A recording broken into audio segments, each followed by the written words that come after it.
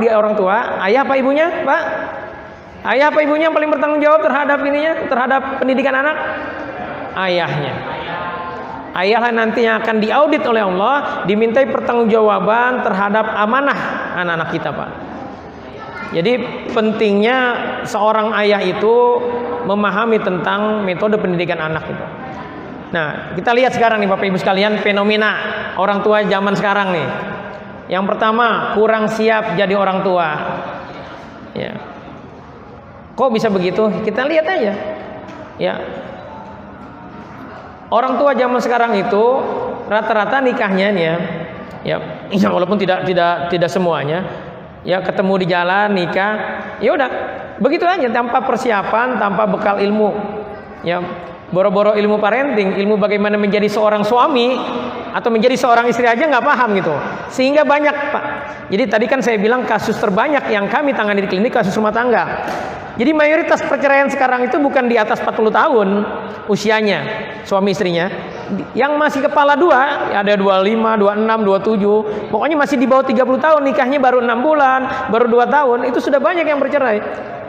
Ya, saya pernah tanya salah satunya, kenapa sih kok sampai waktu itu kasusnya si istrinya akhirnya pindah balik ke rumah orang tuanya. Saya tanya sama suami, kenapa? Iya, saya salah sih. Saya waktu itu kasar main tangan katanya. Ya. Kenapa kamu marah? Saya tanya. Ini usianya baru 27 tahun. Habis saya minta bikinin minum, dia nggak mau. Ya. Ini kan repot. Jadi kalau ibu-ibu, ya Bu, punya anak gadis, pastikan anaknya siap jadi seorang istri. Anak gadisnya. Jadi ketika dia males, ini bahaya nanti. Sementara suami itu cenderung kolokan. Dia males anak kita yang perempuan. Nah, ini pasti jadi masalah gitu. Terus Pak, kalau kita punya anak laki-laki Pak, pastikan dia siap jadi seorang suami. Dia harus punya jiwa kasih sayang terhadap istrinya. Jangan apa-apa marah, apa-apa main tangan. Nah, karena orang tuanya tidak siap jadi ortu, tidak punya konsep, tidak punya bekalan, akhirnya anaknya dibiarkan aja. Nah, sekarang ini Pak, ada fenomena istilahnya namanya fatherless country. Negeri yang peran ayah itu hanya sebagai ATM aja, dideketin anak kalau anaknya butuh uang. Kan begitu fenomenanya Pak ya. Ya, kalau anaknya nggak butuh uang, boro-boro mau negor kita gitu. Ya. Nah, Indonesia itu urutan ketiga negeri fatherless country. Peran ayah itu sangat minim. Kenapa? Karena ayahnya sibuk nyari duit. Gitu. Nah, anak ketika dia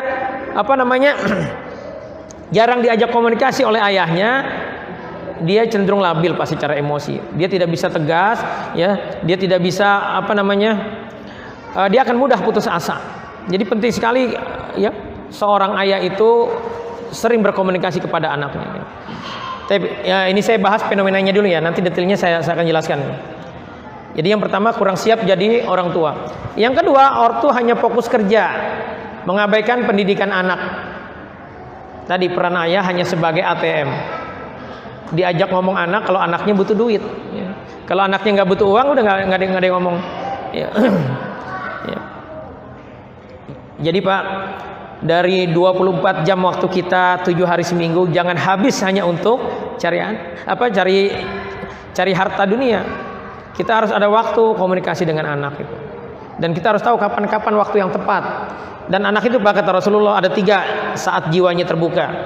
Yang pertama saat makan bersama. Jadi saat makan nih Bapak Ibu sekalian, jiwa anak itu terbuka. Nah, di situ kesempatan kita untuk ngobrol, untuk menanyakan bagaimana kondisinya, apa yang sedang permasalahan apa yang sedang dialami oleh dia, bagaimana proses pendidikannya, belajar di sekolah ada masalah nggak. Nah, ini kesempatan saat kita makan. Yang kedua saat kita jalan bareng. Jadi bapak-bapak Pak, ini khususnya bapak-bapak harus punya waktu terhadap anaknya. Kalau anaknya 3, minggu ini jadwal sama anak pertama, jalan aja berdua. Ya, kalau punya mobil bareng berdua aja. Tanya permasalahannya, ya, atau naik motor berdua, atau jogging berdua. Setelah itu makan bareng. Ya, dia sukanya mie ayam, kita traktir mie ayam. Dia sukanya apa, kita traktir makanan kesukaannya. Saat itu kita ngobrol. Itu jiwa anak lagi terbuka. Jalan bareng. Ya, yang kedua saat makan. Nah, yang ketiga saat dia sakit. Itu jiwanya terbuka. Itu kesempatan kita untuk dialog. Ya. Apalagi kalau kita saat dia sakit kita benar-benar penuh perhatian, penuh kasih sayang, merawatnya. Itu masya Allah itu bisa megang ke hatinya. Gitu. Ya.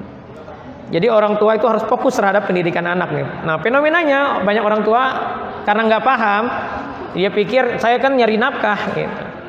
Jadi banyak orang tua apa mindset di otaknya itu, mindset berpikirnya bahwa tugas ayah itu hanya nyari nafkah. Urusan sekolah, daftar sekolah, bagaimana PR anak semuanya, nggak ibunya aja yang beresin gitu.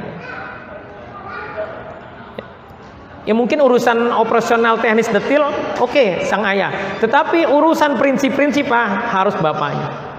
Bagaimana ketika dia dibully, ya, jadi bapak ajarkan bagaimana dia bersikap. Ya, itu semua hal-hal prinsip itu harus bapak. Ya. Nah fenomenanya di Indonesia kebanyakan guru laki-laki apa guru-guru perempuan. Di Indonesia kebanyakan gurunya apa? Perempuan. Jadi anak-anak di Indonesia banyak kehilangan figur ayah. Di sekolah gurunya perempuan, di rumah ayahnya sibuk gitu. Kan kasihan sekali gitu. Ya. Yang ketiga, fenomena orang tua zaman sekarang tidak punya visi atau tujuan yang jelas terhadap anak. Ya nanti kita bahas ini. Ya, jadi banyak orang tua tidak punya visi, anaknya mau diarahin seperti apa nggak jelas gitu. Ya, dibiarkan aja, cuma dikasih makan aja. Ya. Terus yang keempat, komunikasi keluarga yang sangat buruk. Semua sibuk dengan urusannya masing-masing gitu. Nah ini masalah luar biasa gitu. Kadang ngumpul, makan bareng, jalan bareng keluar di restoran. Tetapi begitu nunggu makanan semuanya sibuk dengan HP-nya masing-masing. Nggak ngobrol juga ujung-ujungnya. Ya. Tahu-tahu pulang aja gitu. Nah ini fenomena. Jadi komunikasi itu jadi sesuatu yang langka. Padahal satu keluarga gitu. Sekalinya ngomong apa? Ya, ini saya pernah nanya. Ya. Saya sampai survei ke beberapa anak yang datang. Ya, ya. Apa sih yang sering kali diomongin? Biasanya kalau saya bikin salah, nah itu baru ngomong tuh ayah tuh. Ya atau ibu loh, ngomongin banyak.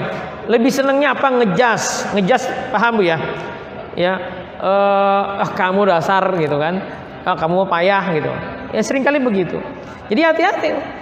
Jadi jangan kita ngomong sama anak hanya untuk sesuatu hal yang negatif.